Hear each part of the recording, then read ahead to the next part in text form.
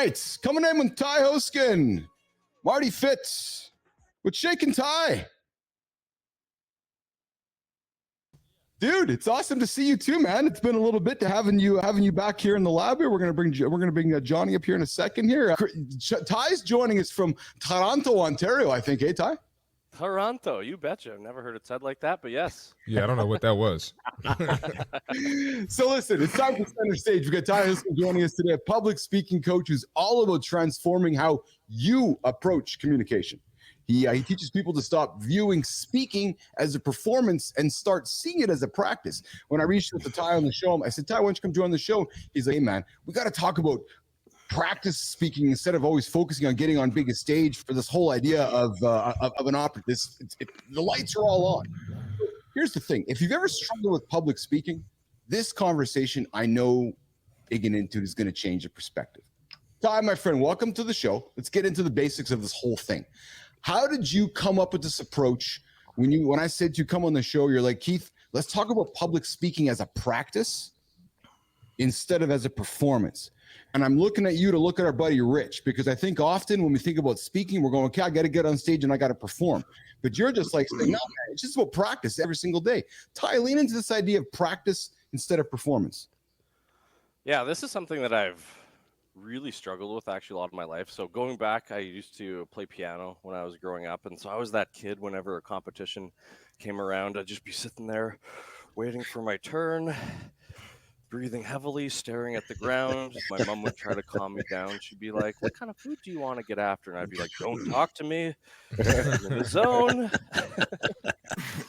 I was just a kid. Like, competition didn't really matter. I think the winner of the whole thing got like $50, which at the time maybe seemed like a big deal, but this isn't a life or death thing. And I remember one of my piano teachers over the years, she could see how nervous I was getting. And so she asked me once, is this the last time you're ever going to play this instrument? I said, no, I want to keep playing. And she's like, why does it matter so much then? I was like, well, fair enough. But at the time, I wasn't quite old enough to really grasp the concept. But I remember that part did stick with me. And then even playing sports growing up, I remember playing baseball. I'd get so nervous anytime it was my time to go up to bat. So sometimes I'd even throw up before games just because I was like, I need to do well. And I wasn't the most athletic kid. It also didn't help that I rarely did well. There's a memory burned into my brain where bases are loaded, end of the game, it's 2-2. First pitch, strike, I swing, I miss. Second pitch, strike, it's a great pitch, I swing and I miss. Third pitch, horrible pitch, terrible pitch, but I swing anyways, game over. Ty loses the game for the team. So it also didn't help that I wasn't good at these things either.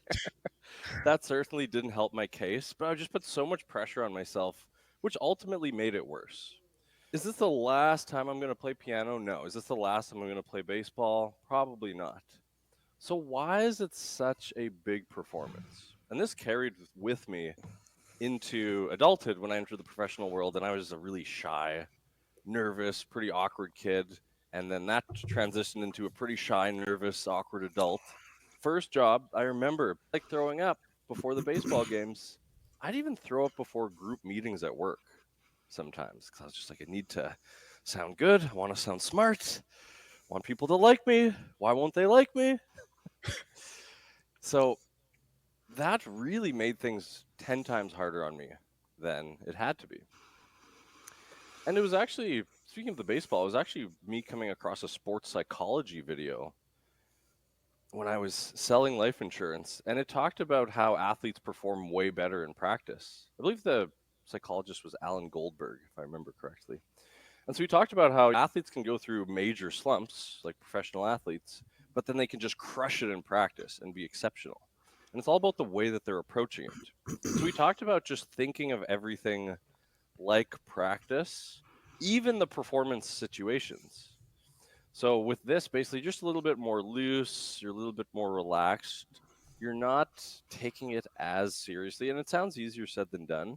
But if you can train your brain to think, okay, let's say I'm terrified to go on this morning show. And I'm like, okay, I'm just going to go practice speaking on morning shows. That's all I'm going to do. So whatever happens, as long as I show up and I've done the thing and I've practiced it, that's a win. That's the accomplishment. Another quick example before I wrap up this little story time. Yesterday, I did a presentation for WeWork. We all know WeWork, big co-working space company. Now, I had practiced leading up to giving that talk, but I was still a little bit nervous beforehand. A little bit, right? It's good to be a little bit nervous. But if I had gone up there and thought, I want to do so amazing, I want to impress everyone, I want everyone to love me, I want to give the best talk I've ever given, that's a crippling amount of anxiety that would create for me. So all I did was I thought, I'm just going to go practice giving this talk. Yeah, there's people there, but I'm probably going to give this talk again. I'm probably going to speak to a group at some other point. So I'm just going to go practice this, and whatever happens, that's a win because I've showed up and done the thing. So practice versus performance really just makes everything easier. And I've taught this to hundreds of people, and it's all quite helpful. So practice, not performance. Ty Hoskin joining us here all the way from Toronto, Ontario, Canada. He's a public speaking expert who's helped countless professionals overcome their fear of public speaking through a mindset of practicing over performing.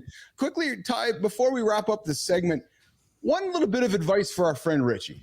Getting on stage, Rich has done a lot of speaking, but I'm suspecting, Rich, quick question for you. Do you still get nervous before you get on stage, Rich? And then even Johnny, as you perform, when you were going through your performance, did you still get nervous before we went on stage and did these things? And a little bit of advice from Ty. So Rich, question for you first. Do you still get nervous before you get on stage? Yes. And the crazy thing is I'm telling my story like it's mine, like I lived it. You own it. Yeah. Yeah.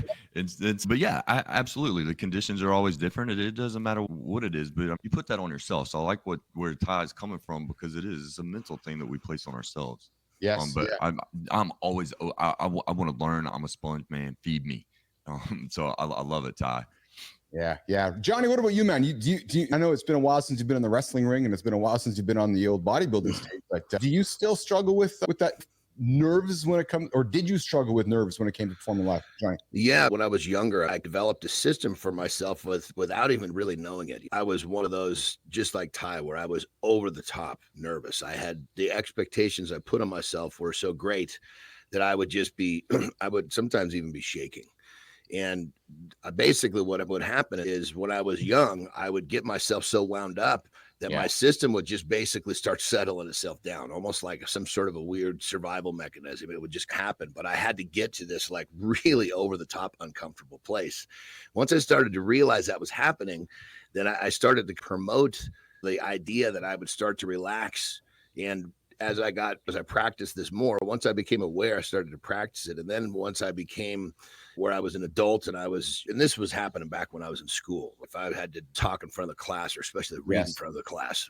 But really what it came down to is whether I was wrestling, bodybuilding, speaking, whatever it was, I literally would, or going out in the ring in front of a whole shitload of people. Before I go out, I find myself in a very calm place where things are moving slower. And I'm able to react accordingly because those thoughts aren't coming at me so fast that I can't identify what they are. So there's definitely and it was a process that again, because I was such a dense little son of a bitch, this is another system that I created for myself just out of surviving. So again, another blessing. Yeah, no kidding. Marty, quick question for you. We're going to head over to the Marty. I was about to say, come on, man. I do have something for you. Go ahead. Come on, man. Marty, so you're a positive mofo. I've never known somebody as positive as you, frankly. You're a very positive human being. There's this idea, people think about focusing on positivity is a form of privilege. Marty, you're privileged, man. You can always be positive. You get in your mind, you talk yourself into positivity. For people in harsher life situations, people that are really, truly stuck right now, it might not be so easy, Marty. It's not just get up and head to the gym or get up and go for a walk. They got a lot going on. What's your take on that idea, Marty? First off, I want to say focusing on negativity is a privilege as well.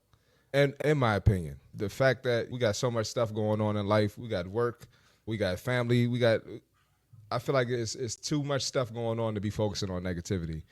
It's a choice for sure, brother. It's definitely a choice, the fact that you had that choice. And then I wanted to add, I know you asked me a different question, but I did want to add my 2 cents on the reps and the practice. Yeah. When I first got to college, I struggled with being nervous.